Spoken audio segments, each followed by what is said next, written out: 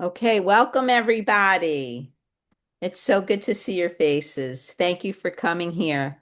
And joining Be Well, a series on craft writing and the art of healing. Um, it's hosted by ELJ Editions, and I'm Diane Gottlieb, the special projects editor for ELJ.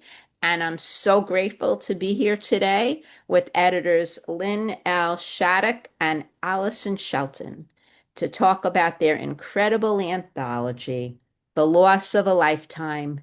Grieving siblings share stories of love, loss, and hope, published in 2025 by Reburn Media. Welcome. How are you today, Allison and Lynn? Thank you, Diane. I'm Yeah. happy to be here. It's nice to. Great, great, ha- great, great. Yeah. So, we're going to speak a bit about the project and about craft and how you got into it. I have a bunch of questions for you. I'm so interested in this. I love this book. It's so important. Thank you so much for editing it, and it's wonderful. And I'm going to ask you to also put links to Mm, purchase in the chat, okay. because yeah, when you can, when you remember. Okay, great. Before we dive in, I would like to share a little bit about our guests. Lynn Shattuck writes about topics like grief, relationships, and mental health. She was a paid columnist at Elephant Journal for 10 years.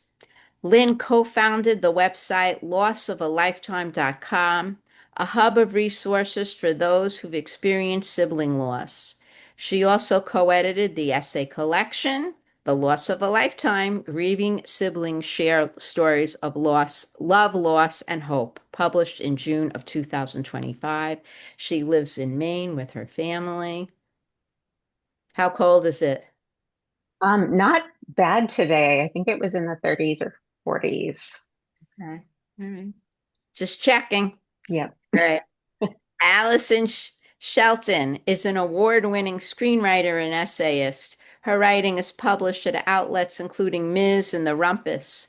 She's deeply proud of the loss of a lifetime. Grieving siblings share stories of love, loss, and hope, and her series Where I'm From, where she's hosted over 200 writers.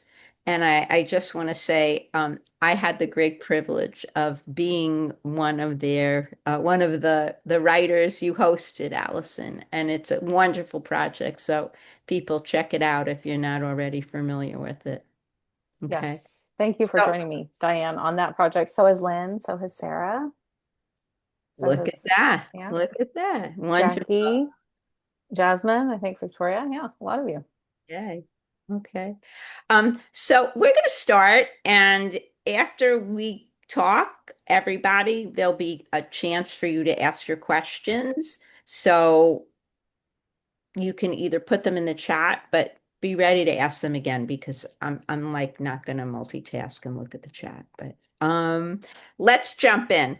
Okay. How did this anthology come about? How did you two get together and decide to work on this project? Good question. Do you want me to start, Allison, or do you want Sure. to? Go Okay. for it. I lost my brother Will in 1999, and at the time there were no books on sibling loss at all. Is that your background noise? Not No. mine. Okay. No. All right.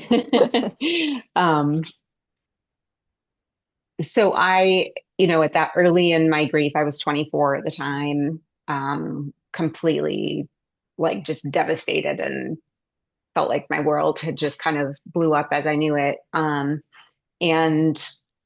I came up with the idea of wanting to do this anthology at some point, how great that would be, how much I wanted to hear other people's stories because my experience was just really feeling a lot of like really low on the hierarchy of grief. Like people would ask me how my parents were doing, and just, like it was kind of not a thing for me. And so I just really, as somebody who always used stories to feel like seen and understood. I wish that there was something.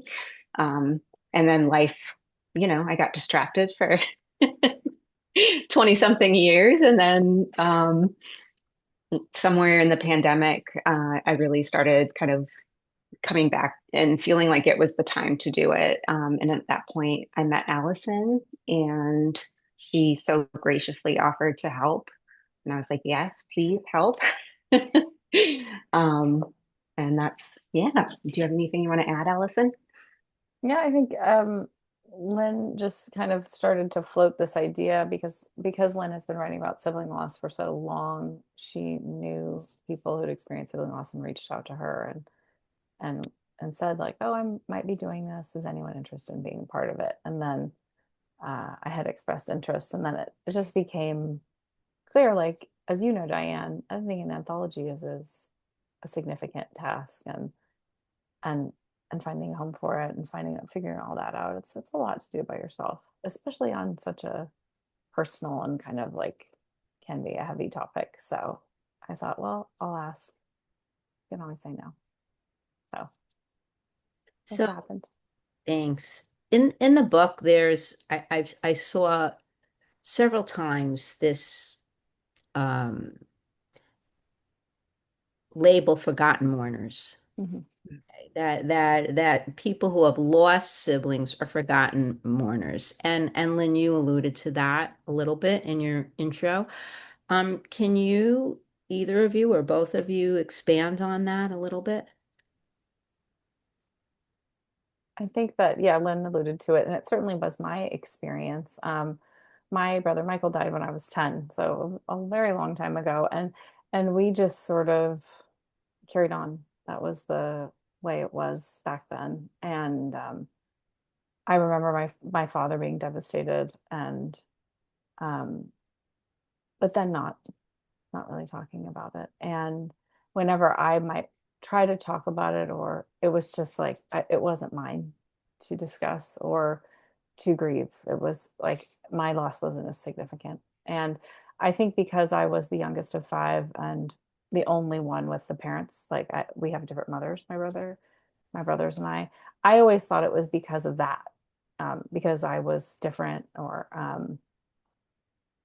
that my grief didn't matter. But then when I read Lynn's writing during the pandemic, I started to realize, oh, this isn't unique to me.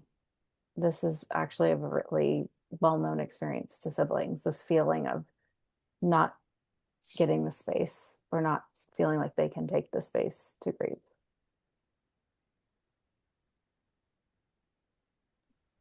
Lynn, do you want to add anything to that? Yeah, I mean, I've spent a lot of time trying to figure out why people have such a hard time kind of making space for it. And I think it's because we agree kind of as a society that losing a child is like the worst terrible thing we can imagine. That's the only kind of reason I've come up with, that just makes people not able to see, because it's just such a out of order loss, I guess. Yeah. Yeah, it is an out of order loss. And what struck me is that we expect to lose a parent or a grandparent, but a sibling is a tougher thing to wrap your head around. And Mhm. what struck me was how how the stories were so different. There were so many different experiences of losing a sibling, but there were so many underlying commonalities in the experience. Mhm. Um, how did that strike you as well when you started collecting these stories or hearing from people? I think so. I think it's almost like, so Allison and I, it came together with another young woman, Molly, who had lost her brother. And this was kind of alongside, but also separate from the book, was the website. And, we just pretty quickly, we were three people who didn't know each other very well at all. And there's just kind of a shared language because we had the same experience. And it just kind of, I don't know, it felt like that the whole time. It still feels like, when I see Sarah and Victoria here and Kate, um, I there's just this, I don't know, I'm not articulating it super well, but there's a kind of a common bond or a language or understanding that happens. Yeah. Agree. It's like something that kind of bonds you. Like you Yeah. get it, and other people just can't, Yeah. unless they've been through the experience. Yeah, that makes a lot of sense. Let's talk a little bit about craft. So you both are writers, but I take it this is your first anthology for both of you. Am I Hmm. okay? So, what was that like, and how did you? I mean, we learned a little bit about how you found each other and embarked on this project, but how did you go about working together on something like this? I think it happened We, pretty naturally. yeah, it was a lot of winging it. Uh-huh. I think that it worked out well. Lynn and I have different strengths, I think. Yeah. We weren't trying to do the same things, so that helps. I am naturally drawn to certain things. She's naturally drawn to certain things. So, um, and we were very kind about the timeline and each other and when we could do it and not.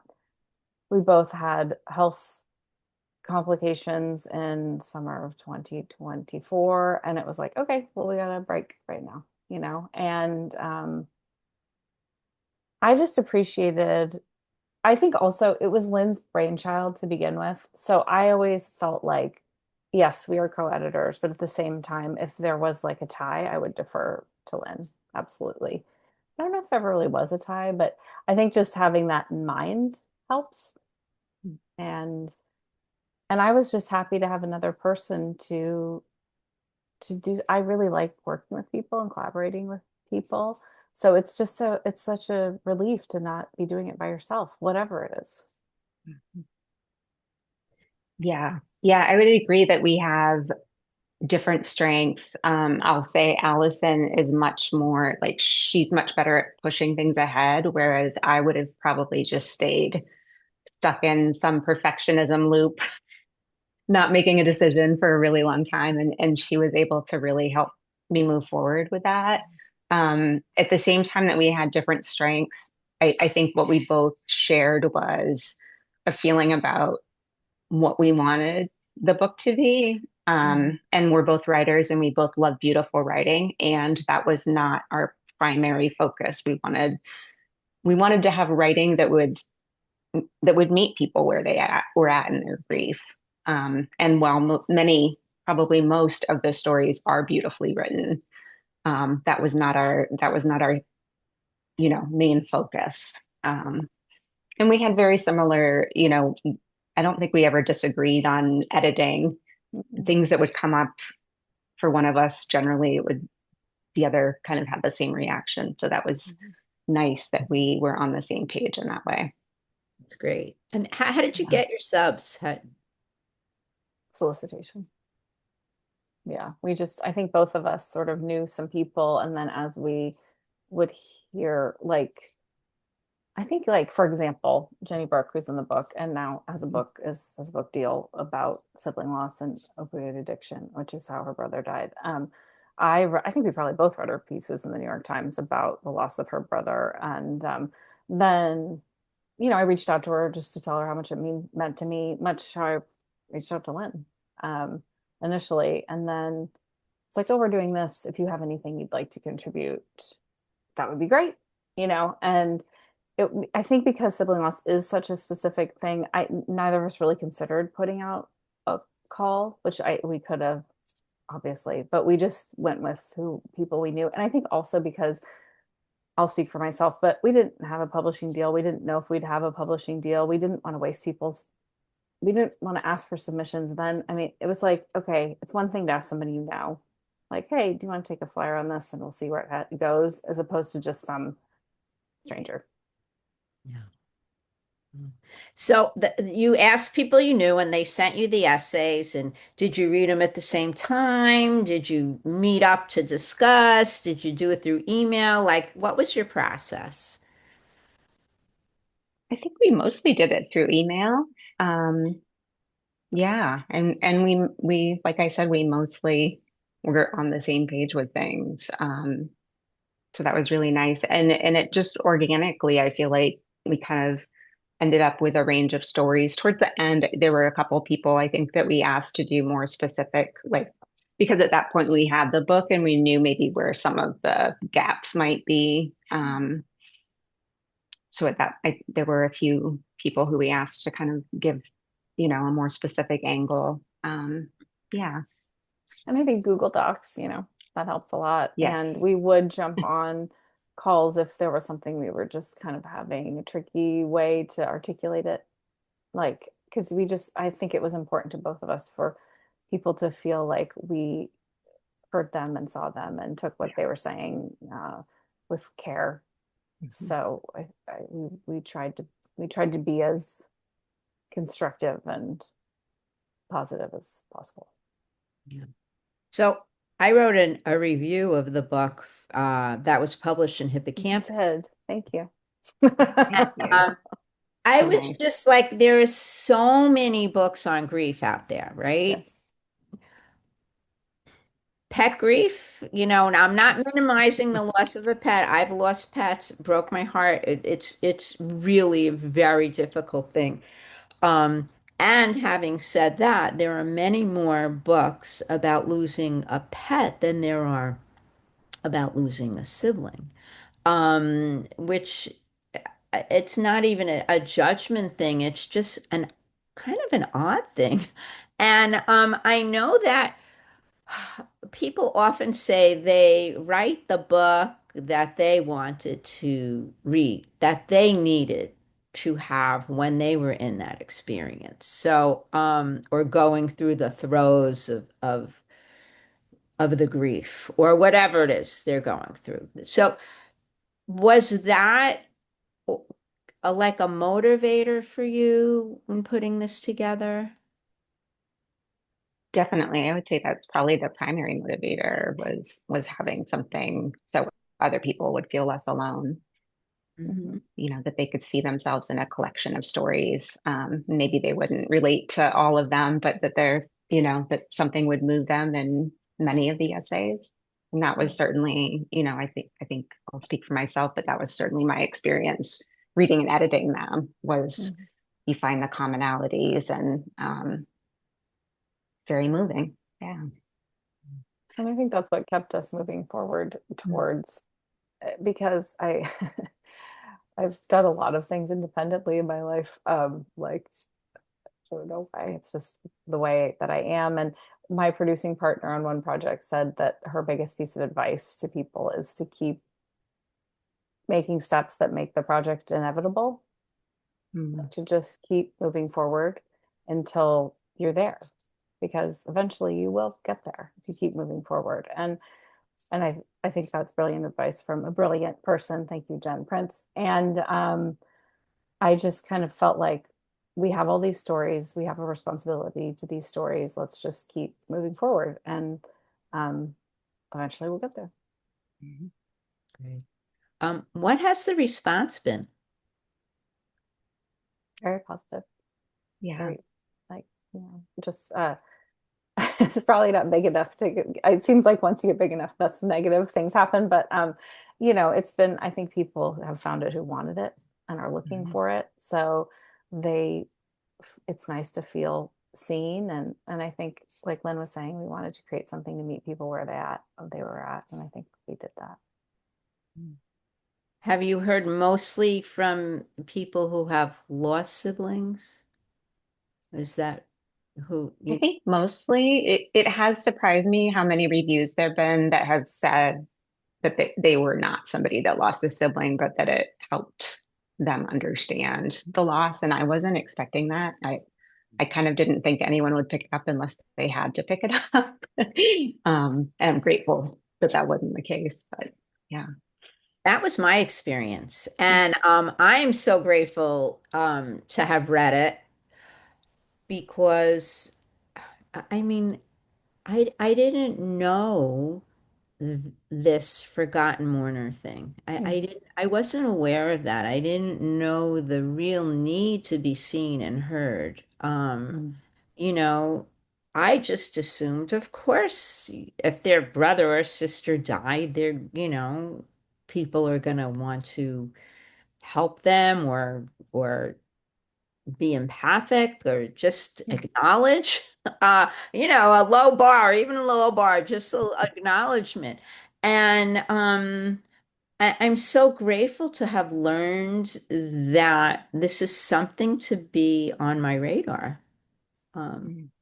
and yeah, and I think it's a book for everybody. And everybody's going to have a loss, and everybody's going to have grief, and I think it's a really helpful book for everybody dealing with this, and more specifically, people with dealing with sibling loss. But yeah, I think it's a book that needs to be on everybody's bookshelf.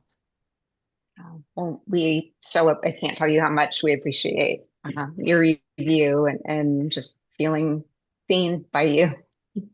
Yes. Thank you, Diane. I think also it's a general like feeling of grief makes people uncomfortable. And I feel like we've talked about this, like people are looking for ways to just say, like, you should be over that, Hmm. and I think sibling loss definitely falls in that. It's like, oh, what are you?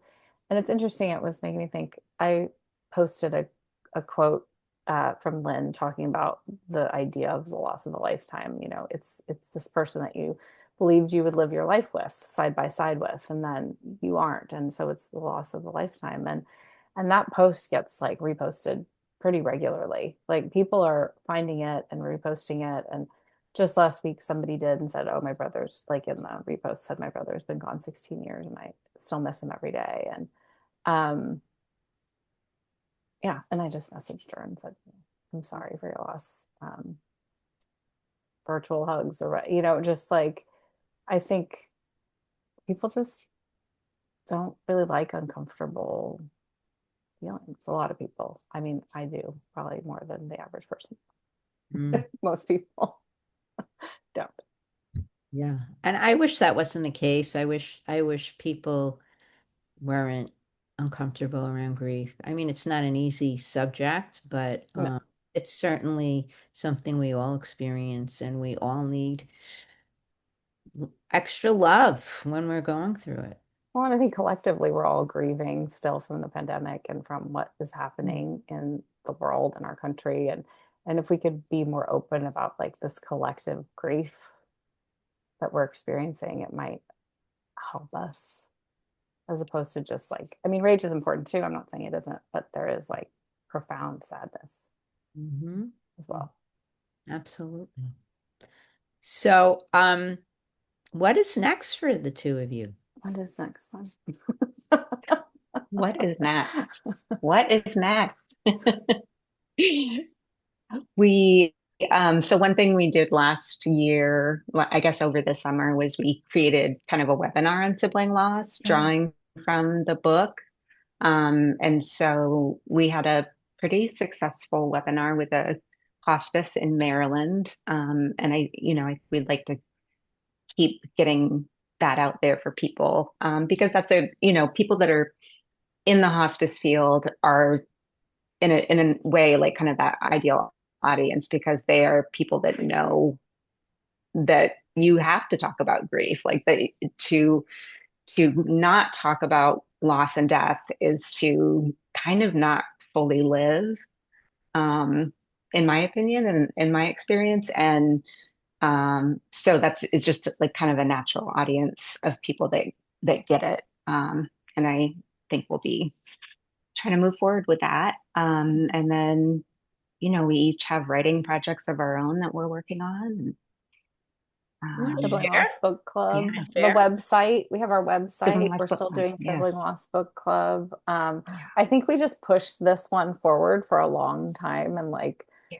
then you just feel like, okay, yeah, like Lynn said, time to turn our attention elsewhere. I think we both would like to do more with sibling loss, but it's also just letting this rest and then seeing if anybody would like to help or be a part of it, because it's a lot to do these things on your own. And um, yeah, I think Lynn and I at this point are good friends, and so we'll continue to talk and see where it leads.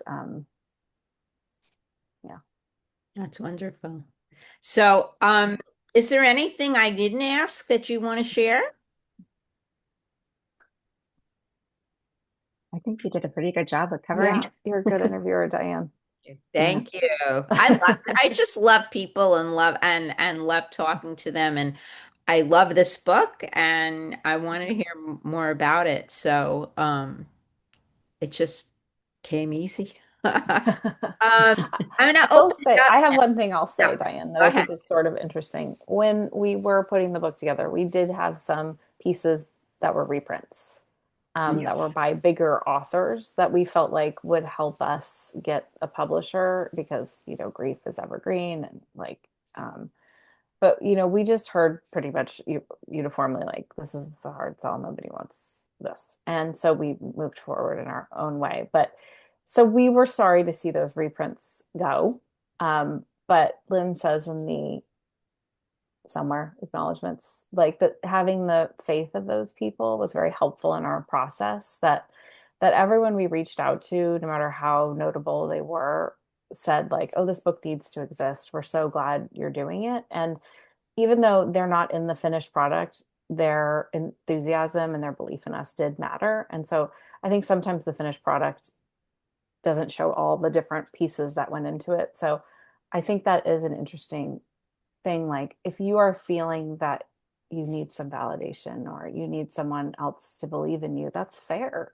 I think you often do need someone else to believe in you and believe in the importance of something. And they really helped us. And I think Lynn and I helped each other. And that's why I would have a hard time doing it by myself. Mm. Thank you for adding that. It's so true. So I'd like to open it up to our guests. Anybody have a question? Just unmute yourself and go ahead, ask. Ask away. Yes, Emily. Uh, hi, Hi, Emily. hi. I'm wondering if you've seen any kind of little, you know how sometimes it's like there's nothing of something and then all of a sudden it sprouts and there's more of something, like all kind of spontaneously. And I'm wondering if you've noticed anything like that where there's all of a sudden more conversation about sibling loss. That's a great question. I think we found, that was actually an interesting process as a writer. Um, I had had this idea for such a long time. And in the process of putting together the anthology, there were a couple of books published on sibling loss, like one by a major publisher. And it was funny because, like, I'm just going to be really honest. My first instinct was like, oh shit, somebody else got to it before we did. Mm, And that was like the first instinct. And then I let that be for a little bit and it changed. And we started reaching out to people that we were encountering that were in the space. And it actually, like, it was such a good lesson to me, like, just personally about connection instead of competition. Um, yeah. So I haven't seen a ton since then. mm. People do kind of, send stuff our way when they see something, but can you think of anything, Allison? Well, and I think those people like Annie Clay Yeah. Orenstein, who wrote Always a Sibling, and like Mike Kissinger, they Yes. blurbed our book. Hmm. So I think there's also it's a small enough community, and I think hopefully we're coming at it from that place. Like I mean, I think a lot about because I think I mean I do this series where I'm from, where every week somebody shares a poem inspired by Georgia Lyons poem where I'm from, and I sometimes wonder like why I do it. I love it. That's why. But beyond that, And I just think for so long, women mostly, and obviously people of color and queer people, like just not white guys, white straight guys, um, the things that we have to share are deemed as like kind of boring or repetitive or have been said before. And I just think that's trash. Like, I just think that's trash thinking. And I, so if there's lots of books about sibling law, like, when would it be as many as like dudes talking Mm, about getting drunk and wanting to sleep with random, you know what I mean? Like, we've got a lot of those, and mhm, nobody is saying, oh, it's this whole thing again. And I just, it gets me like kind of passionate because I just feel like so many people stay silent because someone told them their story was like redundant or mm, not fresh enough, or, and it's just like, I mean, so don't read it. mm. It's not for you. Yeah, I mean, I think so I'm a counselor and and my awareness because of knowing Lynn and my awareness of sibling loss and the Yep. impact and sometimes the unasked questions has been heightened because of that. Mhm. And I have a number of clients who have lost siblings and who've also read the book and love it. Mhm. And we're waiting for Lynn to do something with our group practice at some point. But yeah, I guess I'm just thinking the more um, attention that's brought to it, the more it's going to be seen, and For that the sure. more it'll get talked about as Yeah. an actual a thing that needs validating and just a space. Yeah. So I think and maybe that takes a little bit of time to catch on, but I For think sure. that yeah, being part of that initial movement seems like such a special thing for you to be part of, and so I yeah, mean, it has we're personally really been grateful for special. the work at our Like, practice. Yeah. oh, that's so nice to hear.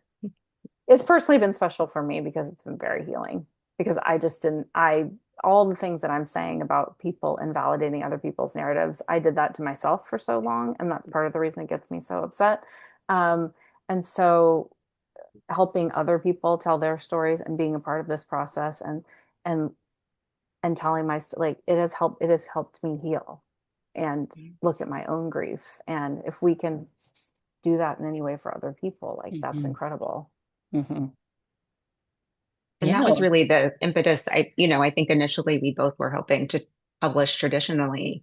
But by, sometime in late 2024, early 2025, we're like, we have this book and people keep saying no. And like, that's kind of the experience we've had as siblings. So Right. it became like this defiant, kind of rebellious, like, I mean, we're going to put this out there. Like, these stories do deserve to be told. And if a publisher or an agent can't see that, that's okay because we know it. And you So, kind of have a built-in group to promote it, you know, mhm. because Yes. I would imagine every contributor to the anthology has felt unseen Mhm. and would like this to be an issue that people are aware of. So it's almost like this grassroots thing Mhm. going on. Yeah. Any other I questions? have one. Go ahead, Kate. I'm curious, there's always a bit of a debate among writers about whether writing this kind of essay is cathartic or not. How do you fall on that, both of you? Go ahead, Lynn. I just talked a lot. Okay. I don't like that. I think, I mean, as writers, we all know that there is a power to writing, um, emotional benefit to it, or we probably wouldn't do it because it's full of rejection and it's really hard. And but I think that to say that to kind of focus on that piece about it being cathartic, I think takes away from the art of writing Mm. it.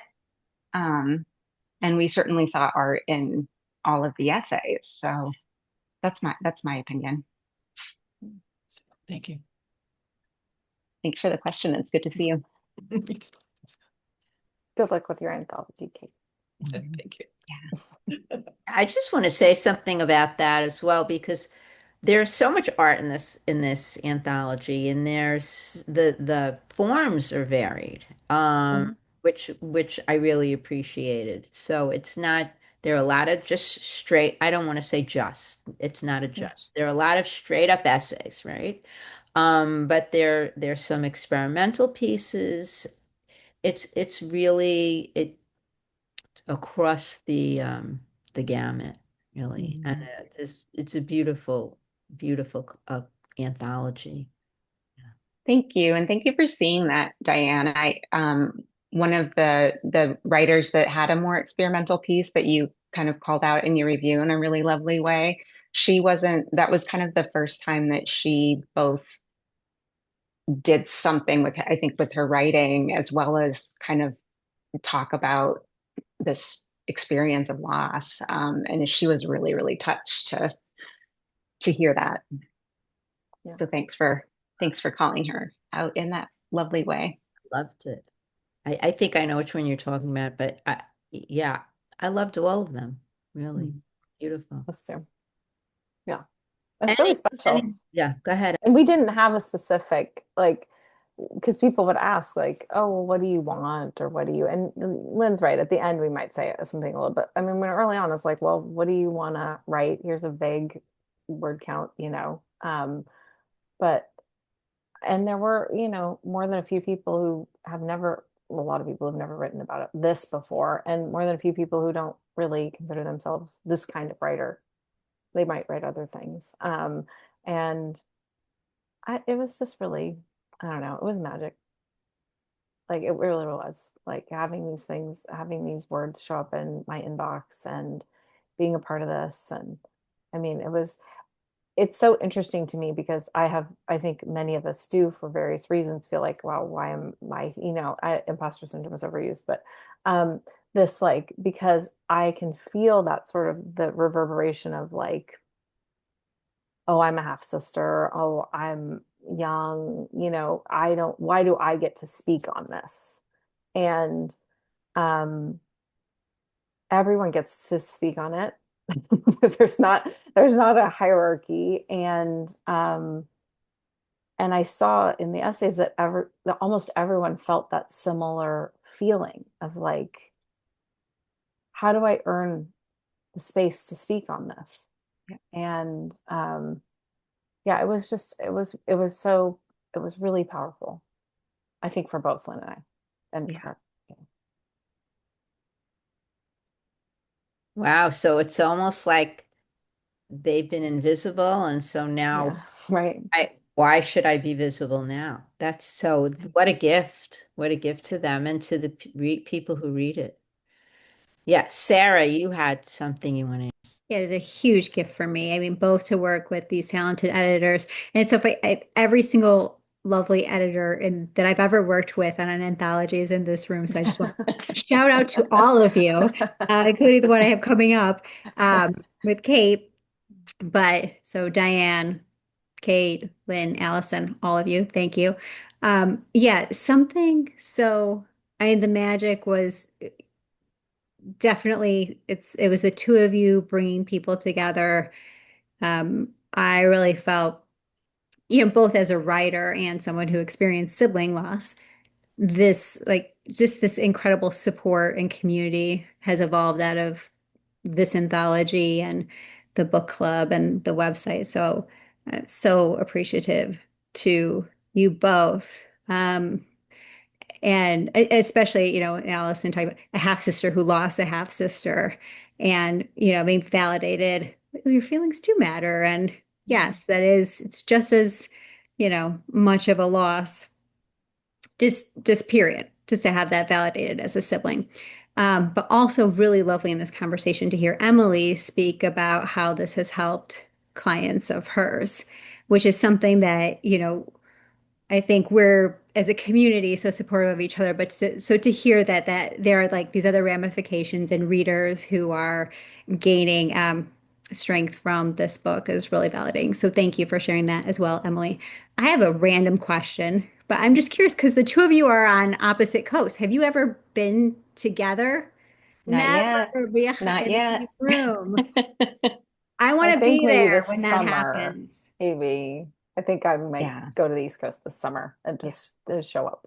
Okay, So. and just to remind you, Chicago's in the middle, That's true. and I'm here. That's a good point. Yeah, it's funny to know someone so well and to have not met. Both of us have met Molly in real life Yes. Okay.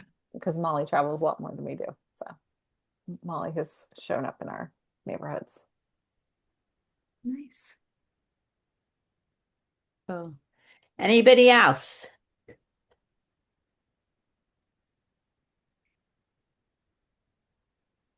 Okay, then. Well, thank you all for coming.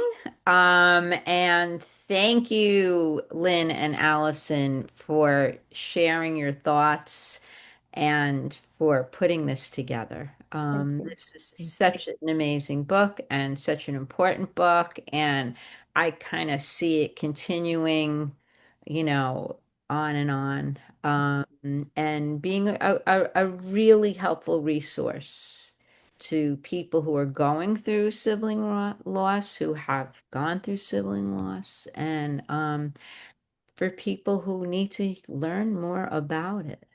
So Mhm. thank you, thank you, thank you.